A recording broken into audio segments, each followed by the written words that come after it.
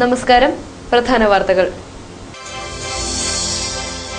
തൊടുപുഴയുടെ ഗതാഗത വികസന രംഗത്ത് വൻ മാറ്റത്തിന് വഴിയൊരുക്കുന്ന മാരിയൽക്കടവ് പാലത്തിന്റെ ശിലാസ്ഥാപനം 21-ന്.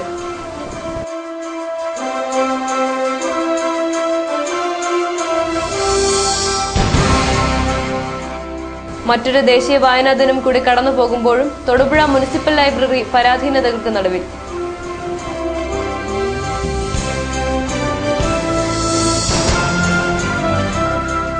തൊടുപുഴ റിവർ റാലി ലയൺസ് ക്ലബിന്റെ പുതിയ ഭാരവാഹികൾ ചുമതലയേറ്റു.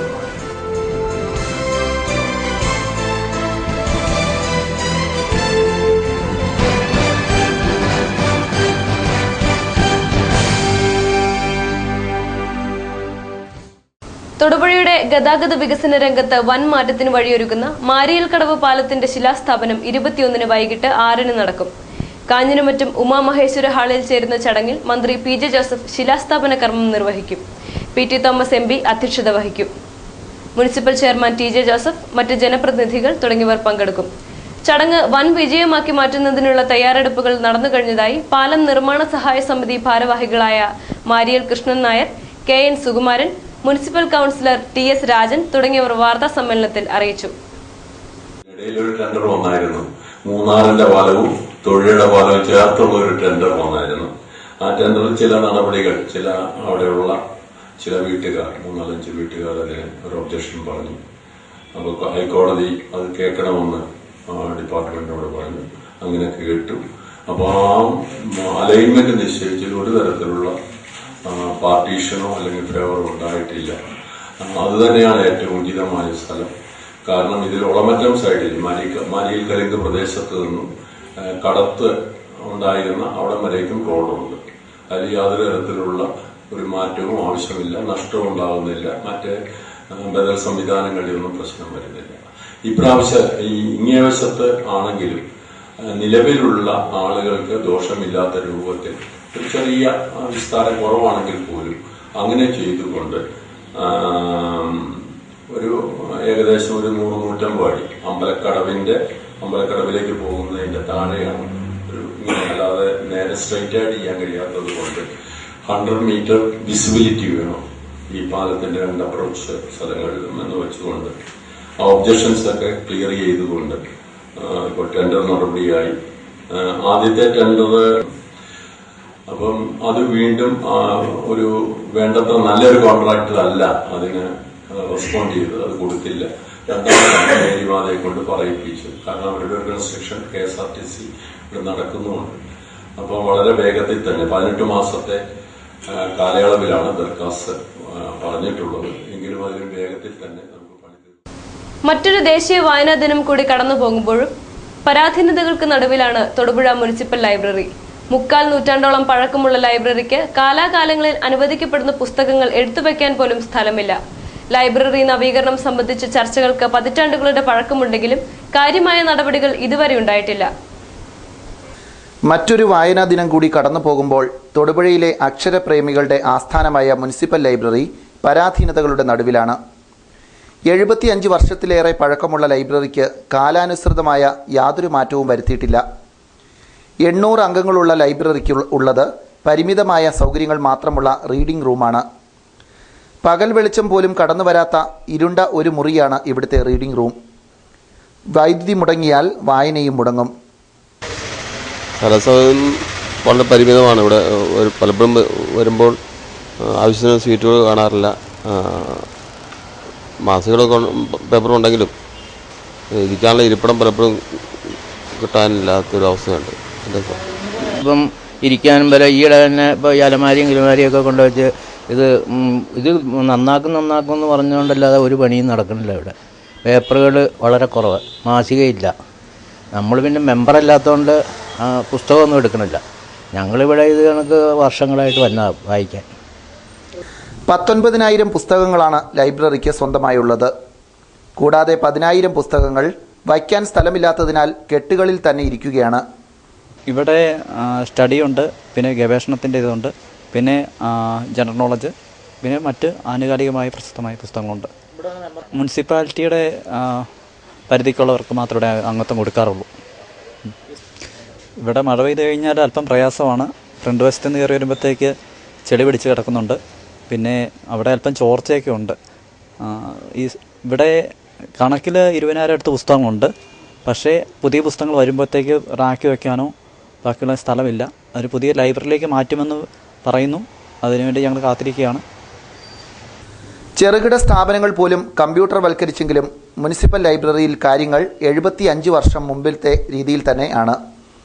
ഇത്രയേറെ പുസ്തകങ്ങൾ ഉള്ള ലൈബ്രറിക്ക് 3 ജീവനക്കാരെ ആവശ്യമുണ്ടെങ്കിലും ഒരാൾ മാത്രമാണ് ഒരു സമയം ചുമതലയിലുള്ളത്. ലൈബ്രറി നവീകരണം സംബന്ധിച്ച് ഒട്ടനവധി ചർച്ചകൾ നടന്നെങ്കിലും കാര്യങ്ങൾ പഴയപടി തന്നെ തുടരുകയാണ്.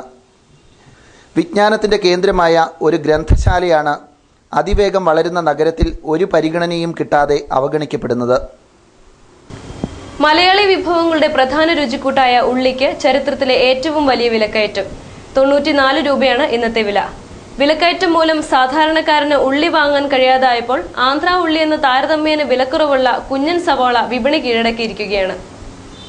മലയാളി വിഭവങ്ങളുടെ പ്രധാന രുചിക്കൂട്ടായ ഉള്ളിയുടെ വില ചരിത്രത്തിൽ ഏറ്റവും ഉയർന്ന നിലയിലെത്തി കഴിഞ്ഞു. 30 രൂപ വിലയുണ്ടായിരുന്ന ഉള്ളിക്ക് 94 രൂപയാണ് ഇപ്പോഴത്തെ വിപണി വില.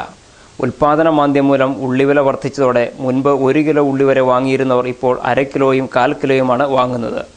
നേരത്തെ ഈ സമയത്ത് ഉള്ളിക്ക് ഇത്രയും വിലയില്ലായിരുന്നു. അങ്ങനെ ഏറ്റവും മാക്സിമം വില 30-40 രൂപ താഴെ നിന്ന ഉള്ളിയാണ് ഇപ്പോൾ 90 രൂപ 94 വിൽക്കുന്നത്. ഉള്ളി ആൾക്കാർ കുറവാണ് മേടിക്കുന്നത്. 1/2 കിലോ മേടിക്കുന്നവരും 1/4 കിലോ ഉപയോഗിക്കുന്നുള്ളൂ. കാരണം അത് വില അവർക്ക് താങ്ങുന്നില്ല. 90 രൂപ മുകളിലേക്ക് പോകുമ്പോൾ 1/4 കിലോ ഉള്ളിക്ക് 24 രൂപ 25 രൂപ മുടക്കി നിൽക്കുകയാണ്. അതുകൊണ്ട് 1/4 കിലോ 1/2 കിലോ മേടിക്കുന്ന ഉദ്ദേശിക്കുന്നവരും 1/4 കിലോ മേടിക്കുന്നുള്ളൂ.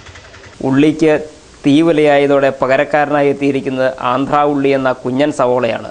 കാഴ്ചയിൽ സവോളയുടെ ചെറുരൂപമാണെങ്കിലും ഉള്ളിയുടെ പകരക്കാരനായി ഇത് വിപണി പിടിച്ചടക്കി കഴിഞ്ഞു. 50 രൂപയാണ് ആന്ധ്ര ഉള്ളിയുടെ ഇപ്പോഴത്തെ വില. ഉള്ളിയിൽ അങ്ങനെ ഒരു ഓർക്കാപ്പുറത്തുള്ള ഷോർട്ടേജ് അതിൻ്റെ പേരിൽ ഇപ്പോൾ സാധാരണ ഉള്ളി ഉണ്ട്. പക്ഷേ അത് നിയന്ത്രിക്കാൻ പറ്റാത്ത വിലയാണ്. ഇപ്പോൾ ഉള്ളി ഇപ്പോൾ നമ്മൾ മേടിച്ചാൽ ഭയങ്കര വിലയ്ക്ക് മേടിച്ച് ഭയങ്കര വിലയ്ക്ക് വിൽക്കാമെന്ന് പറയുമ്പോഴത്തേനും കിലോ കണക്ക് മേടിക്കുന്നവന് പൈസയ്ക്ക് ഭയങ്കര ഷോർട്ടേജാണ്, ടൈറ്റാണ്. അപ്പോൾ ഒരു 100 രൂപ കൊണ്ട് വന്നാൽ 1 കിലോ ഉള്ളി മേടിച്ചാൽ പിന്നെ അവന് സവോളയോ വെളുത്തുള്ളി ഇഞ്ചിയോ ഒന്നും മേടിക്കാൻ പറ്റാത്ത അവസ്ഥ വരും.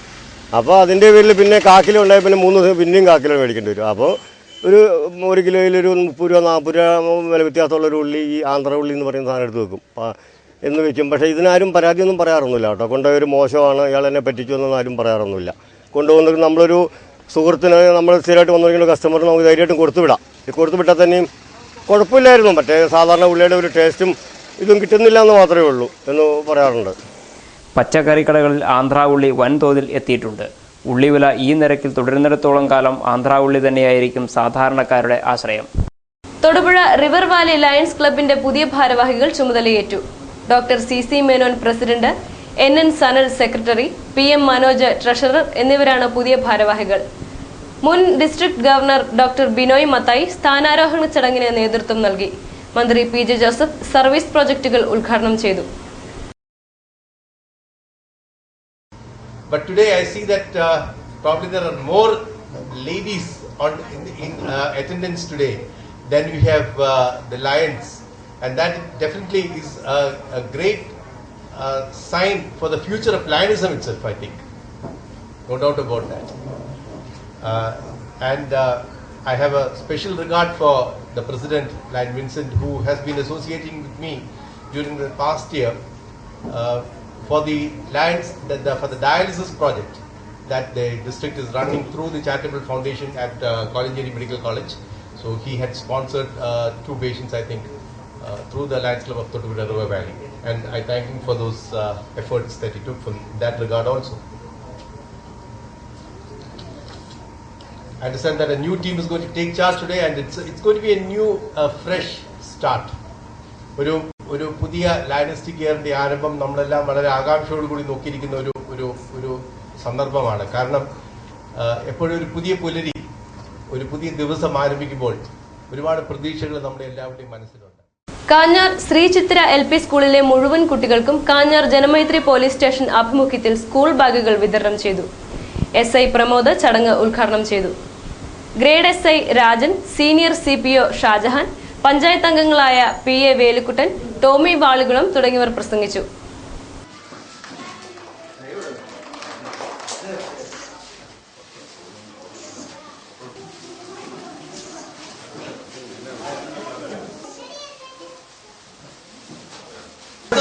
യൂണിഫോം പറ്റാത്ത രീതിയിൽ നമുക്ക് വാങ്ങാനുള്ള സംവിധാനം ചെയ്യാം. ഈ നമ്മുടെ ഈ ചിത്ര സ്കൂളിന്റെ യൂണിഫോം ലഭ്യമല്ലാത്തതിനാലാണ് അങ്ങനെ സംഭവിച്ചത്. എന്ത് തന്നെയാണ് ഇത് പുതിയ അധ്യയന വർഷത്തിൽ നിങ്ങൾക്ക് പുതിയ ബാഗ് കിട്ടി, അതുപോലെ തന്നെ പുതിയ പുസ്തകങ്ങളോ ബുക്കുകളോ എല്ലാം കിട്ടി. പുതിയൊരു യുഗത്തിലേക്ക് പുതിയൊരു വർഷത്തിലേക്ക് കടക്കുകയാണ്. ഒരു ഗവൺമെന്റ് സ്കൂൾ എന്നുള്ള രീതിയിലാണ് നിർത്തലാക്കുന്ന ഒരു അവസ്ഥയിൽ നിന്ന് ചിത്ര സ്കൂള് ഇന്ന് 25ഓളം അംഗങ്ങളുള്ള കുട്ടികളുള്ള ഒരു സ്കൂളായി ശക്തി പ്രാപിച്ചു എന്ന് തന്നെ പറയേണ്ടത്. അതിനുവേണ്ടി ഇവിടുത്തെ അധ്യാപകരും രക്ഷകർത്താക്കളും അതുപോലെ തന്നെ ജനപ്രതിനിധികളും ഒക്കെ സ്കൂളിലേക്ക് പുതിയ കുട്ടികൾ വരുന്നതിന് വേണ്ടി നല്ല രീതിയിൽ പ്രവർത്തിച്ചു.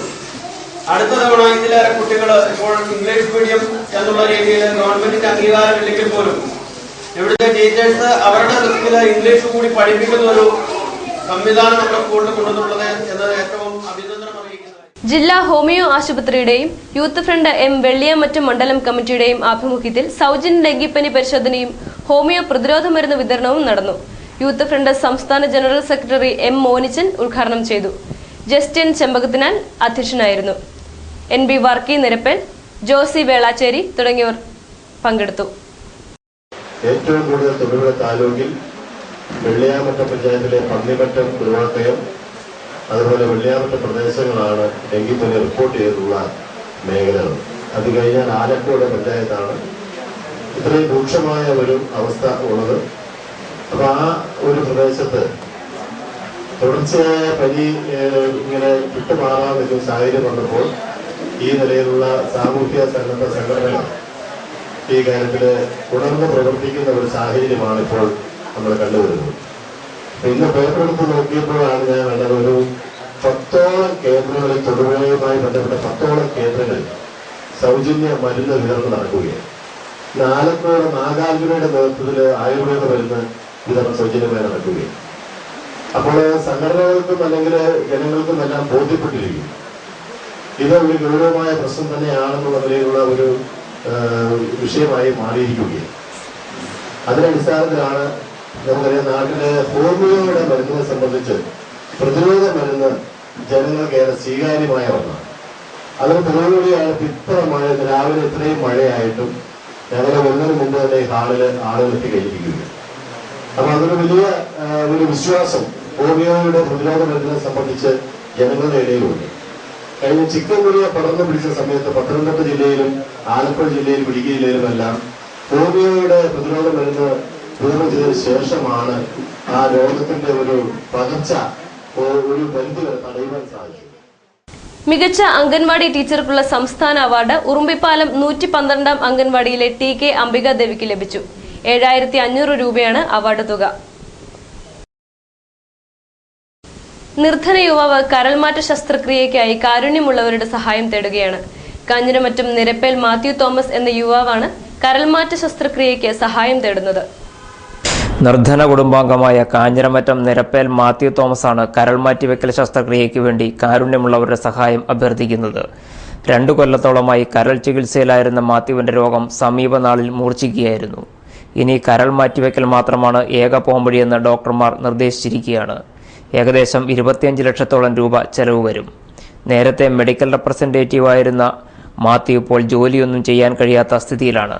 ഭാര്യ രജനിക്ക് തയ്യൽ ജോലിയിൽ നിന്ന് കിട്ടുന്ന ഏക വരുമാനം മാത്രമാണ് ഈ കുടുംബത്തിന്റെ ആശ്രയം. ഞങ്ങൾക്കിപ്പോൾ ഏകദേശം ഒരു മാസം 5000 രൂപയുടെ മരുന്ന് കഴിക്കുന്നുണ്ട്.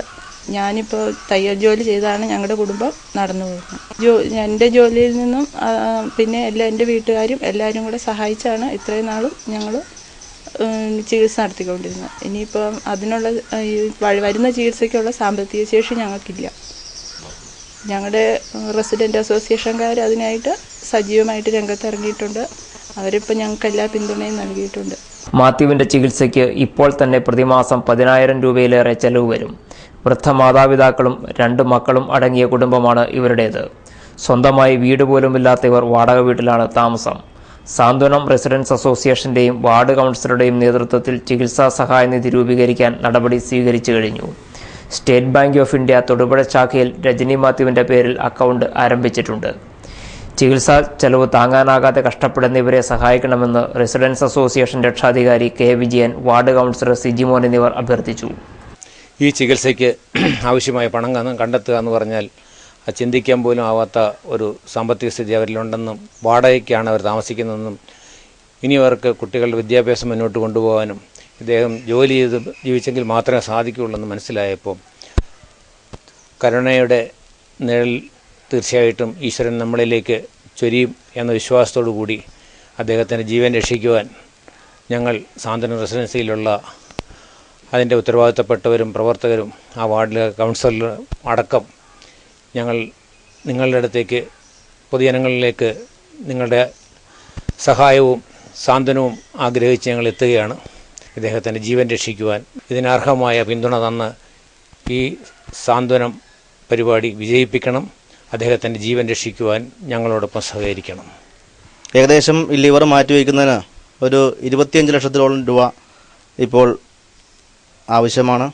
ഈ ഒരു തുക അദ്ദേഹത്തിൻ്റെ കുടുംബാംഗങ്ങൾക്ക് കണ്ടെത്തുവാൻ സാധിക്കാത്ത ഒരു സാമ്പത്തിക സ്ഥിതിയിലാണ് ഇപ്പോൾ അദ്ദേഹവും അദ്ദേഹത്തിൻ്റെ കുടുംബാംഗങ്ങളും. അതുകൊണ്ട് അദ്ദേഹത്തിൻ്റെ ജീവൻ രക്ഷിക്കുന്നതിന് വേണ്ടി എല്ലാ സുമനസ്സുകളുടെയും സഹായഹസ്തങ്ങൾ ഞങ്ങൾ ഈ അവസരത്തിൽ അഭ്യർത്ഥിക്കുകയാണ്. അദ്ദേഹത്തിൻ്റെ ചികിത്സാ സഹായത്തിന് വേണ്ടി ഒരു സഹായനിധി ഞങ്ങൾ തൊടുപുഴ SBI ബാങ്കിൽ ഒരു അക്കൗണ്ട് ഓപ്പൺ ചെയ്തിട്ടുണ്ട്. അതിൻ്റെ അക്കൗണ്ട് നമ്പർ 33-057-60-64-65 ആണ്. പ്രധാന വാർത്തകൾ ഒരിക്കൽ കൂടി.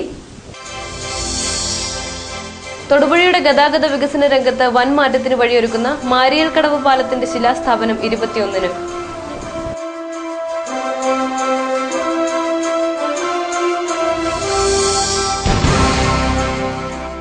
മറ്റൊരു ദേശീയ വായനാ ദിനം കൂടി കടന്നു പോകുമ്പോഴും തൊടുപുഴ മുനിസിപ്പൽ ലൈബ്രറി പരാധീനതകൾക്ക് നടുവിൽ.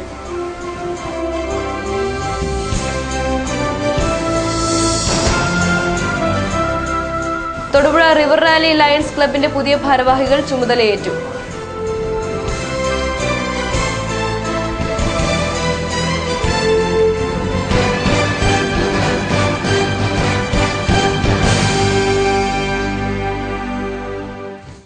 ഇതോടെ ഈ വാർത്താ ബുള്ളറ്റിൻ സമാപിക്കുന്നു. നമസ്കാരം.